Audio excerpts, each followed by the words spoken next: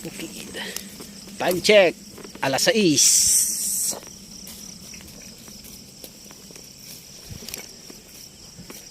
Nakabot na kami ng gabi. Naabot na ng gabi, tapos ang presyo ng palay 10-11. Patay kang bata ka.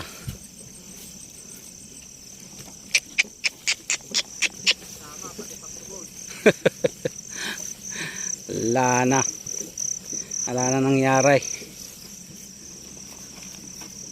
Hindi na naawa.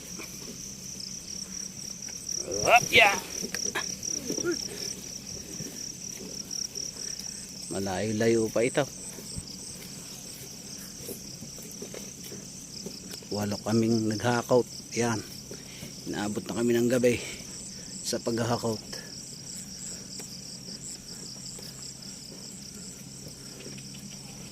Yun sila.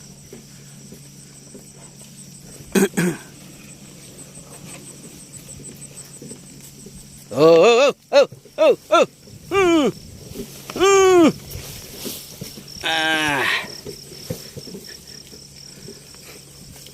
Buhay ng farmers.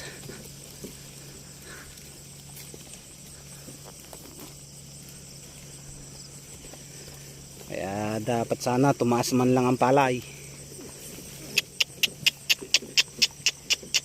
Yun sila, nauna na iba. Nandito na lang po ang aking video. Gabi na masyado. Don't forget to like and subscribe.